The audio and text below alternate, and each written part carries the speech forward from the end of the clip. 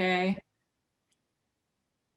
Oh, I think Dr. Goldman had his hand up. He might have had a question. I wanted to ask Jeff a question. Jeff, are you there? Are you on? Yes, I am. I wondered what progress we've made in recording temperature change in Tahoe over the years, the warming. Last information I had was quite a while back, about a degree the whole water column, and surface warming faster at about 4 degrees. Is that still pretty current or not? It's changed a bit, but I guess one of the slides I have has the surface temperature warming rate. So if you can control your excitement, we're about 12 minutes from seeing that. Great, thank you.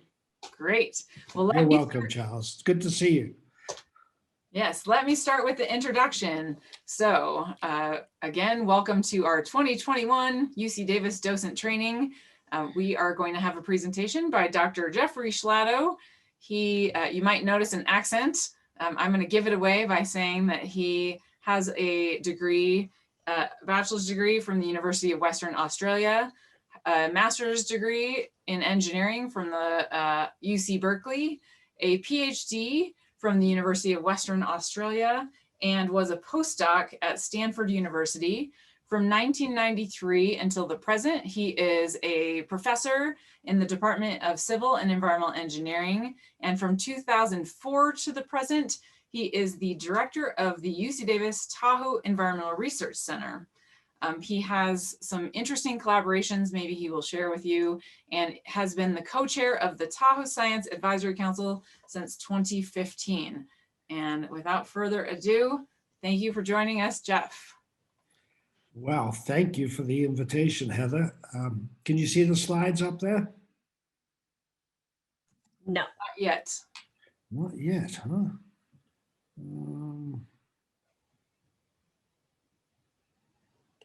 You got to allow me to share. I did. You are allowed. I am? Huh. Okay, let me try to stop sharing. Oh, goodness.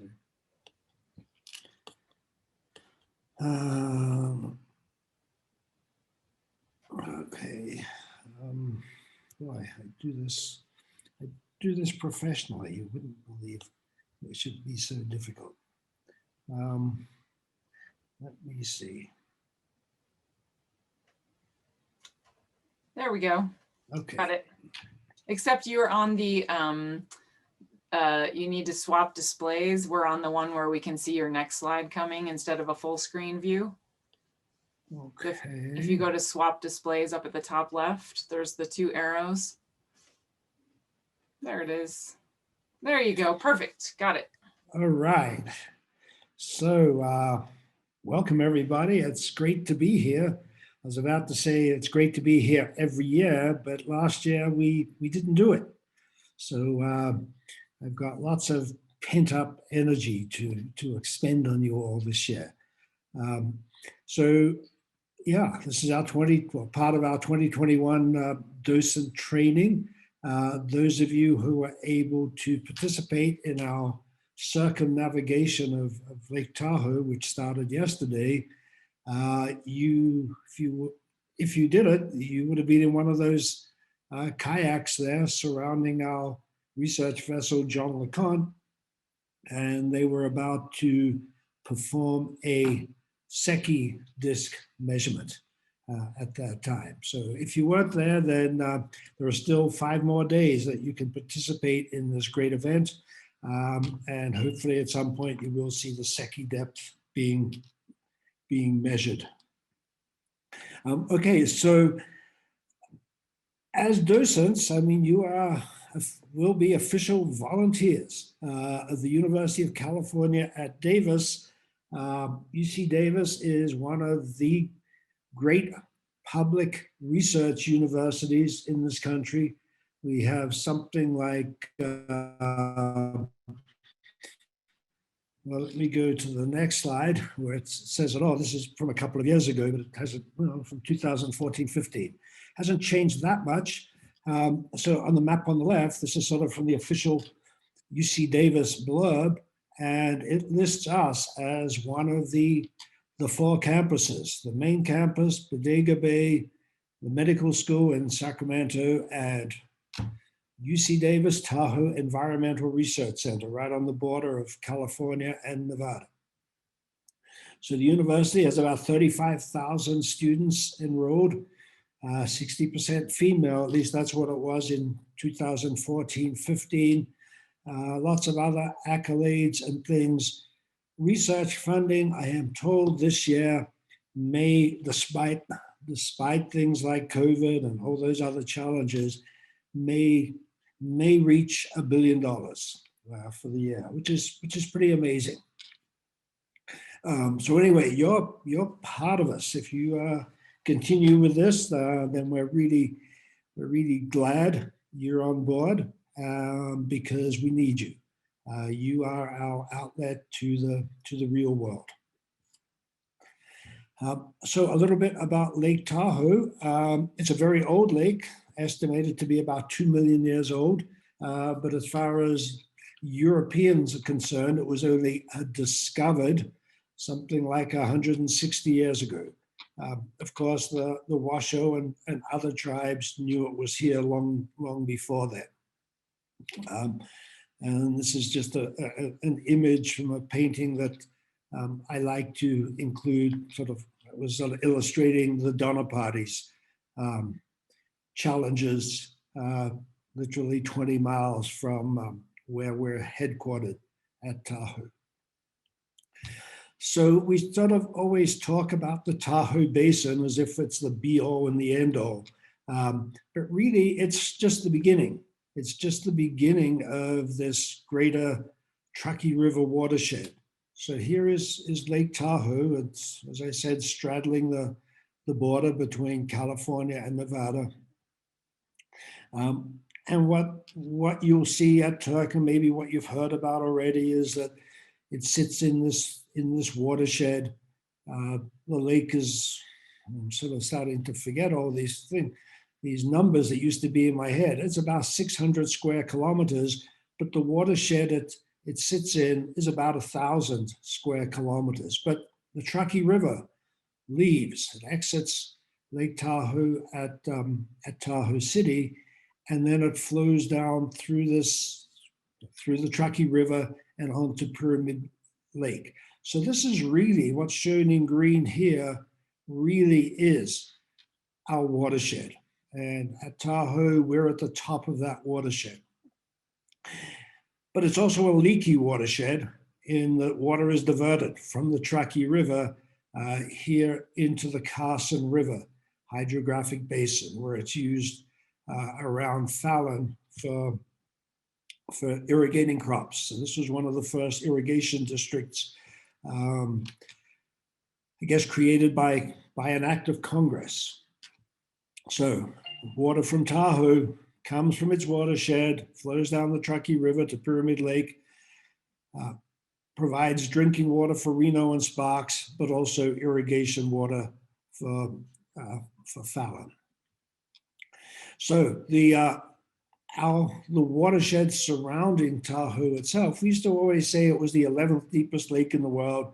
And then they discovered a lake in Antarctica under the ice that was slightly deeper than Lake Tahoe. And then there are other lakes that sometimes were deeper than Lake Tahoe. So it's somewhere between the 11th and 16th deepest lake in the world. So whichever end of that range it's at, that's a pretty noteworthy achievement. It's also the deepest alpine lake in the world. So there are other deeper lakes like Crater Lake north of us in Oregon. It's in a volcanic crater, but it isn't at the elevation we're at. So its maximum depth is about 500 meters, mean depth 330. As I said, okay, 500 square kilometer surface area, watershed area, 800 square kilometers. And the way lakes and their watersheds work, this is a very small ratio. Often lakes have watersheds that may be 10 or 20 times larger in area than the lake itself. So because water is coming from this very confined area, that's one of the reasons why the clarity is so high at Tahoe. There just isn't the opportunity to pick up the nutrients and the contaminants that degrade water quality. It's about 75 miles in length if you drive the roads. So if you stick right to the perimeter, we're doing our circumnavigation, and that's because we're cutting across some big chunks of water. It's about 50 miles that we're covering. 63 inflowing streams, one outflowing stream, the Truckee River, and the average time that a drop of water would spend in Lake Tahoe is about 650 years, which is pretty remarkable. Again, most reservoirs in the state of California, a typical residence time may be 2 or 3 years. But this is, again, because the lake is so deep, its volume is so large, and the watershed is so small, it takes a long time for it to drain and refill. So yeah, if we drained it next week, it would take something like 650 years to refill. All right, so how do lakes work?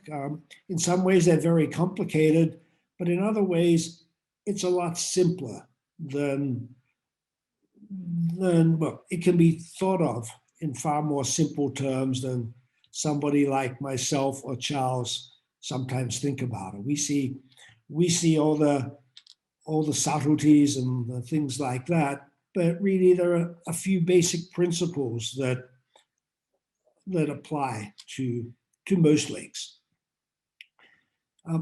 So one of the things that really controls a lake, any lake, is what we call the thermal stratification. And the thermal stratification is how temperature varies vertically in the lake from top to bottom. And the reason this is important is that the temperature controls the density. So in a way, there's a lot of biology and a lot of chemistry and things like that happening, in any water body. And you could set up that same chemistry and have those same organisms sitting in a laboratory somewhere and look to see what happens, how algae might take up nutrients, or how zooplankton may eat those algae, or even little fish may eat those zooplankton. What's different in the lake itself is that there's variability. So it's like a giant lab where things are constantly changing. One day it's hot, next day it's cloudy. One day there are strong winds, and the seasons are different. So it's unlike any lab where you have temperature controlled and light controlled conditions. It's an ever-changing system. And that's what makes it interesting. But the principles that underlie it are somewhat constant. So what I'm going to walk you through now in these slides is this annual pattern of thermal stratification. And it's not exactly the same every year. I mean, I'm showing it from 2003. If I showed it from this last year, it wouldn't look a whole lot different than what you'll see now. So this first one is March. So this is March 20th. This is usually the coldest time for Lake Tahoe. So on this graph, we have depth going from the surface, 0. I'm just showing it down to 200 meters. That's about 660 feet. So the upper 660 feet of this 1,600 foot deep lake. So just the upper third, let's say. And what this red line is showing is the temperature, and you can see it's pretty constant from the surface down to 200 meters. And it's constant, and it's at about something like 5.2 degrees Celsius. Cold, about 39 degrees Fahrenheit. Okay, if we were to move on to the next month, so this is now data taken from May 24th, we see that at the surface of the lake, it's starting to warm. The surface has gone up to about 9 or 10 degrees Celsius, which means this warmer water is lighter than the water below, which seems like a very casual thing to say, but this changes the physics, the biology, the chemistry tremendously. Because this water is light, it's now impossible is too strong. It's now extremely difficult and unlikely that this water at the top is going to mix with this water at the bottom. It's just so light, it needs so much energy to mix. It's like pushing a beach ball down under the water. Very light beach ball, takes a lot of work to push it down to the bottom of the swimming pool. Unlike the previous month, where everything was the same temperature, the lake could mix very freely and oxygen could be transferred, nutrients, things like that. Once the stratification starts, you're separating the surface from the bottom. We look at the next month or 2 months later, it's July. So now we're midsummer. It's getting a lot warmer at the surface. This is about almost 16 degrees Celsius. That's 65 degrees Fahrenheit at the surface. Much stronger stratification. We call this the thermocline, where we get this rapid change, this large change in temperature over a relatively small amount of the depth. As we move on to September, warmer again. But now you see we're starting, even though it's warmer here, we're starting to form this layer at the top that has all the same temperature. By September, the lake is starting to mix in this We upper don't part. see the September yet. Excuse me for interrupting. We don't see September yet. You don't see September? Not yet. Wow. Well, did you pay? I'm seeing September on mine, so let me, okay, whoop. Okay, now do you see September? Nope.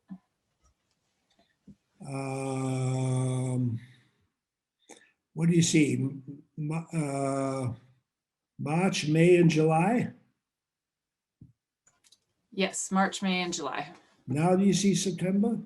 Nope. We Okay. can imagine it from your description, though. Well, the real thing is even better, believe me. Let me get out of there. Let me,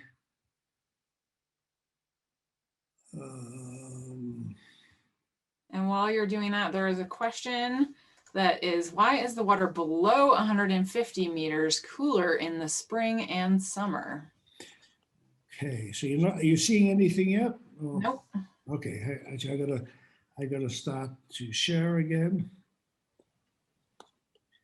And There we go.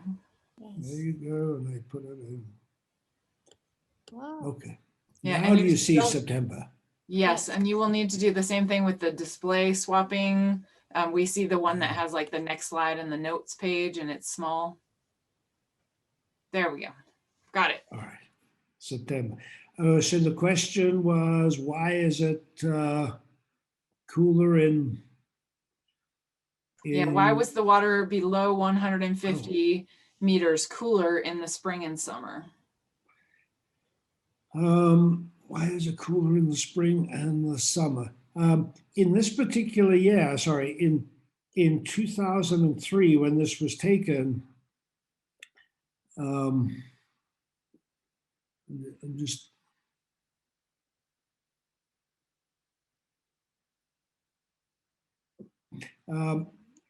it was a deep mixing year. So Lake Tahoe, so it looked like when we started this and we had March going down here, it looked like it was going down to 200 meters, and it looked like it was the same temperature all the way down. About once every 4 years, Lake Tahoe mixes to the very bottom. Like the very bottom down to 500 meters. Some years, for example, this last year that we've just been through, it only mixed to about this depth, 150 meters, something like that. But the year I showed you was a deep mixing year.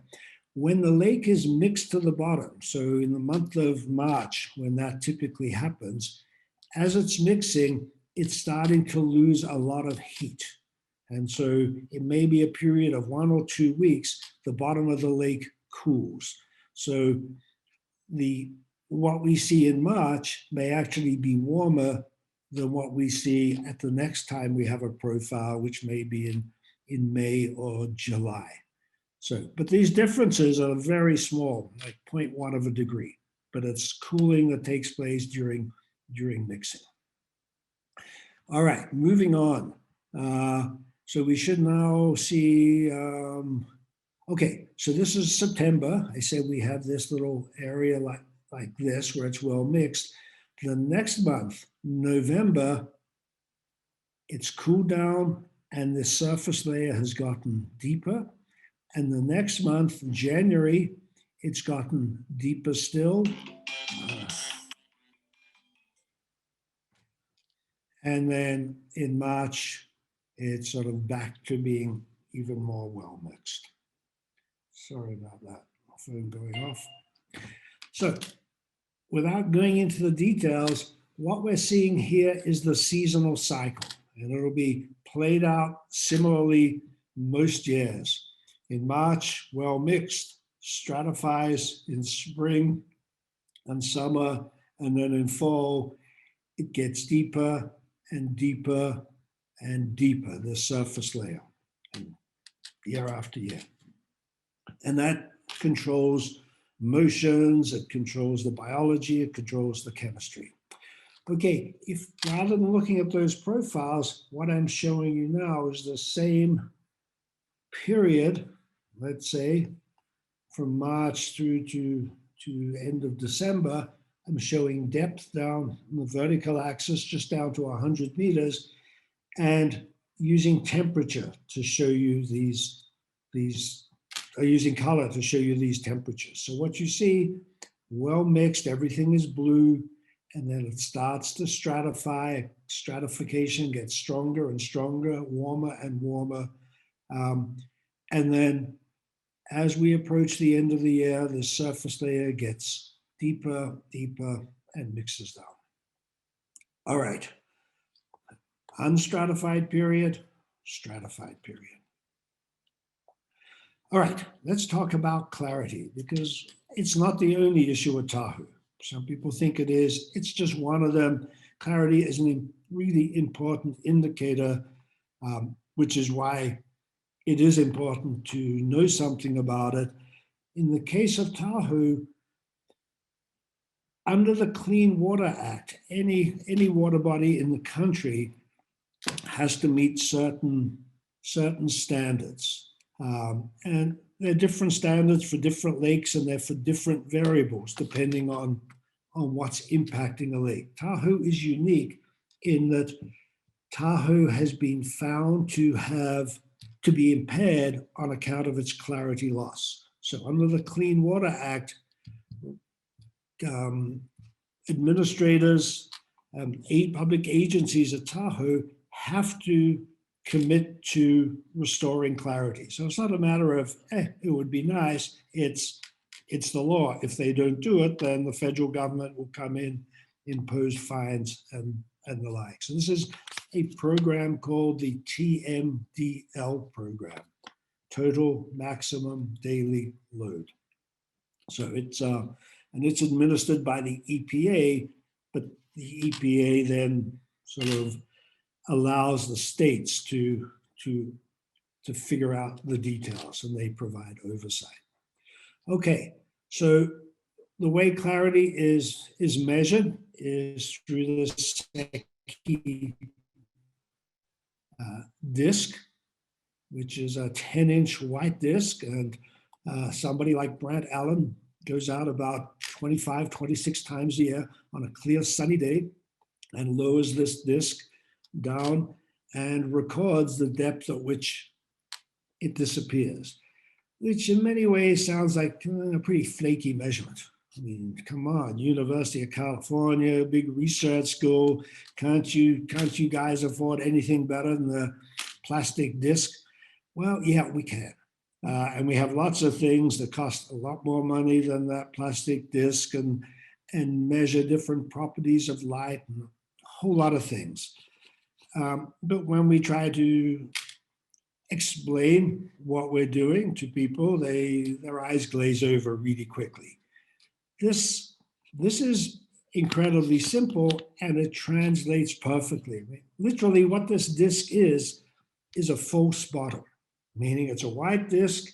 You're lowering it. When you see it, it's like that disc is the bottom of the lake. You lower it some more, the bottom is further away. At some point, when it disappears, it's telling you at that depth, that's the depth at which you could see the bottom if you were in shallower water. So it's very easy, intuitive, has no moving parts. And it's also, believe it or not, it's written into this TMDL. We're required, well, the states are required to restore the lake to 29.7 meters of Secchi disc clarity under the Clean Water Act. That's about 100 feet. So we got to keep using this as well as everything else we use. So the Secchi disc is, in a way, was invented by this man, Father Angelo Secchi. He was a Jesuit priest. He was literally invented the field of astrophysics. He was the founder of the Vatican Observatory. And a week from today, it's his birthday. And he will be 203 years old. So his legacy still lives on at Tahoe and in thousands of other lakes around the world. This is probably the most common lake measurement taken. So what do we see with all these Secchi depth measurements we do? Each of these dots represents the average of the 25 or so measurements that we take at Lake Tahoe every year. And so back here in 1968, you could see down about 30 meters. That was about 100 feet. And so this was the level that the EPA set as what Tahoe needs to regain in order to be free of this impairment. So they want agencies here to restore the lake's clarity to this level. So what we're seeing here are the average measurements from every year since that time. So basically, clarity has gone down. This is sort of shown, the axes are inverted. So it was going down at a pretty constant rate of about a foot a year.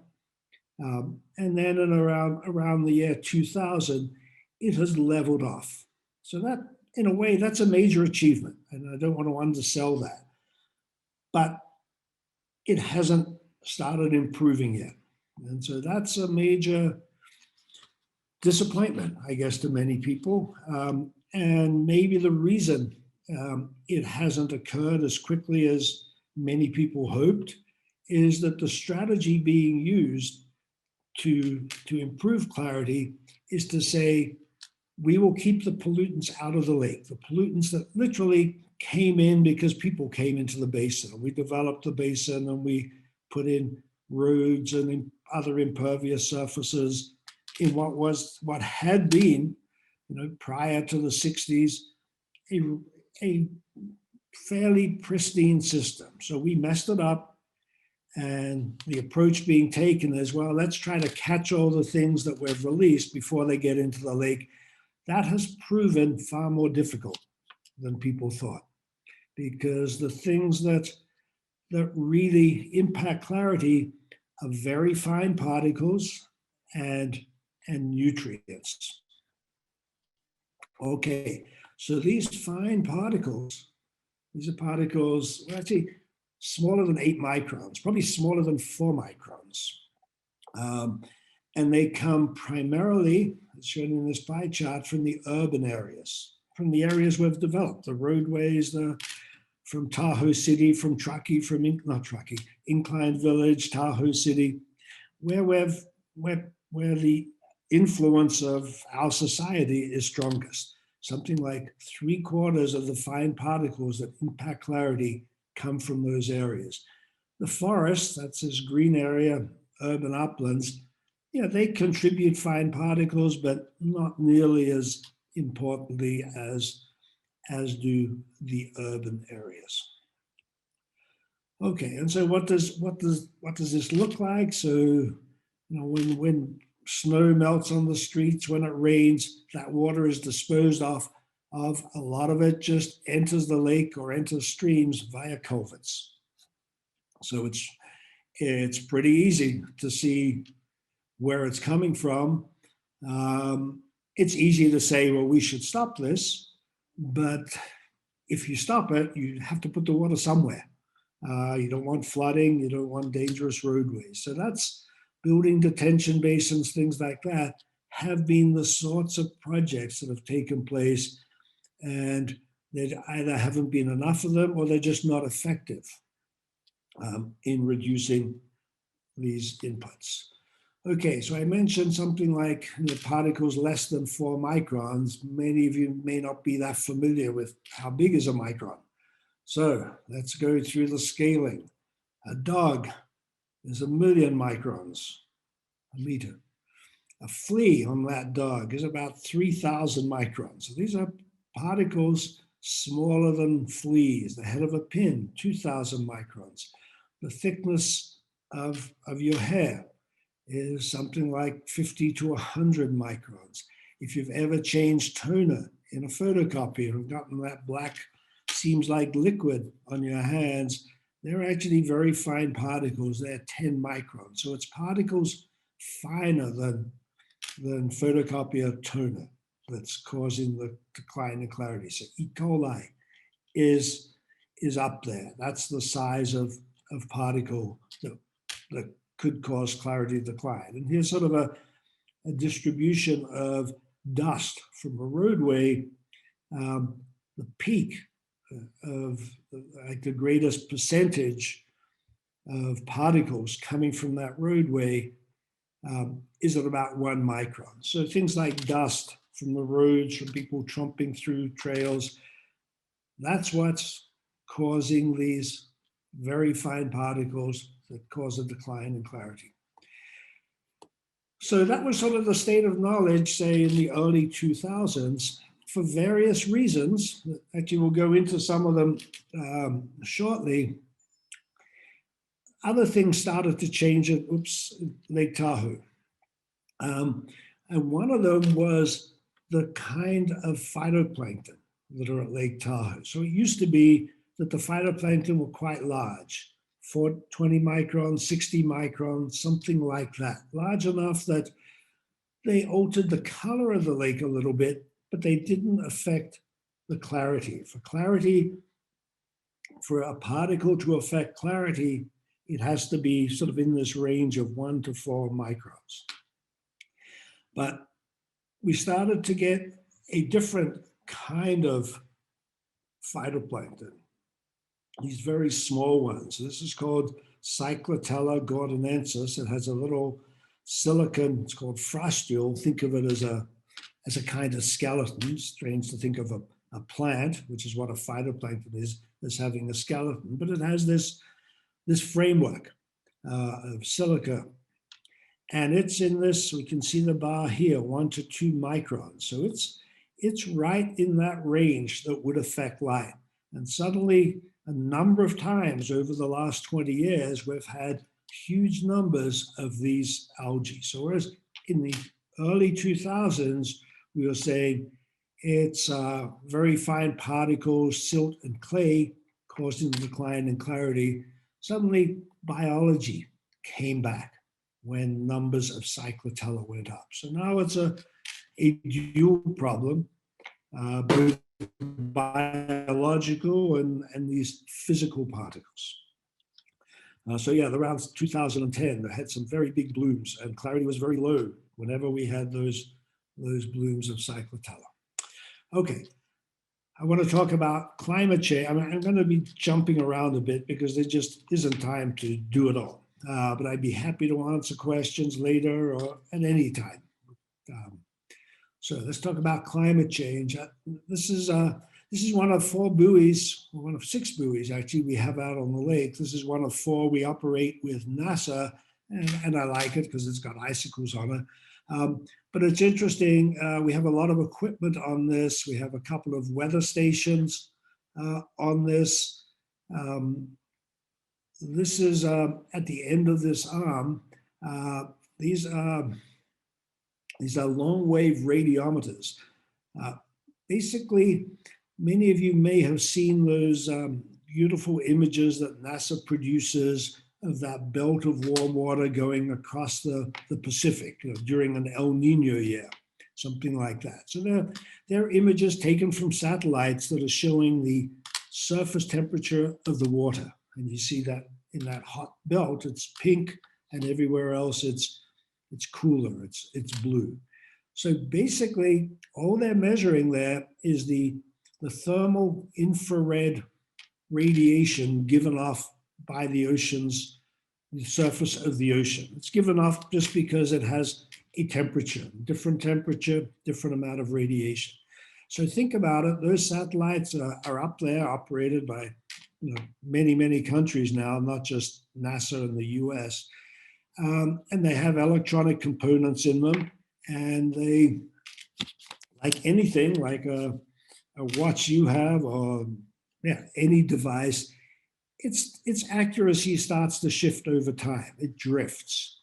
And so a lot of people started to wonder, well, are we really seeing warming of the oceans, or are we just seeing the aging of electronics that have been up in space for 20 years?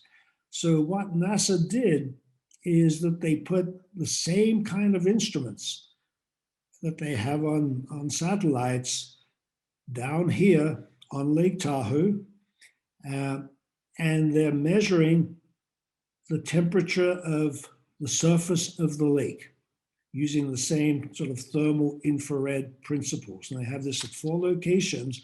And what they can do then, if they calibrate these every 3 months, they can check to see when the satellite views Tahoe and these instruments view Tahoe, are they the same? Or has the satellite drifted? So these 4 stations at Tahoe are really part of an incredible, I guess, NASA project that's literally maintaining the world's thermal infrared satellites, allowing us to know precisely how much climate change is impacting oceans and lakes. So we also have other instruments here. We're physically measuring the temperature of the surface of the water.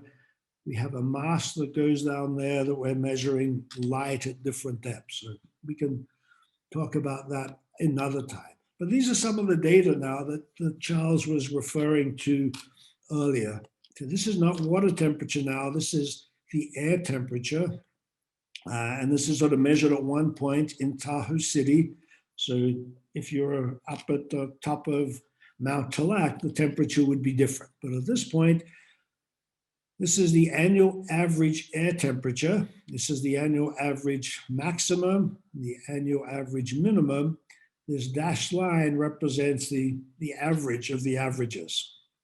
And so you can see for the maximum, there is a slight upward trend in air temperature. For the minimum temperature, there is a really strong upward trend. So here's over 100 years of data now showing that here in little old Lake Tahoe, here at home, climate change, warming of the air is alive and well. And you can just looking at either end here, it was an exception when something went above this dashed line. At the other end, it's an exception when something goes below that dashed line. One of the important factors in climate change and ecosystem health at Tahoe and elsewhere is snow. And so one of the things we've been able to measure here is of the precipitation that falls at Tahoe, what fraction falls as snow? And it stands to reason that the warmer the air gets, maybe we're going to get less snow, more rain. And that's exactly what's happened. 100 years ago, something like 50% of the precipitation fell as snow. These days, it's getting closer to 30 or 35%. Lots of interannual variability. So just taking one year and saying, well, that's what it is always, is very wrong. So 2000 and whatever this was, let's say 2015 was a very dry year. I guess the big year we all,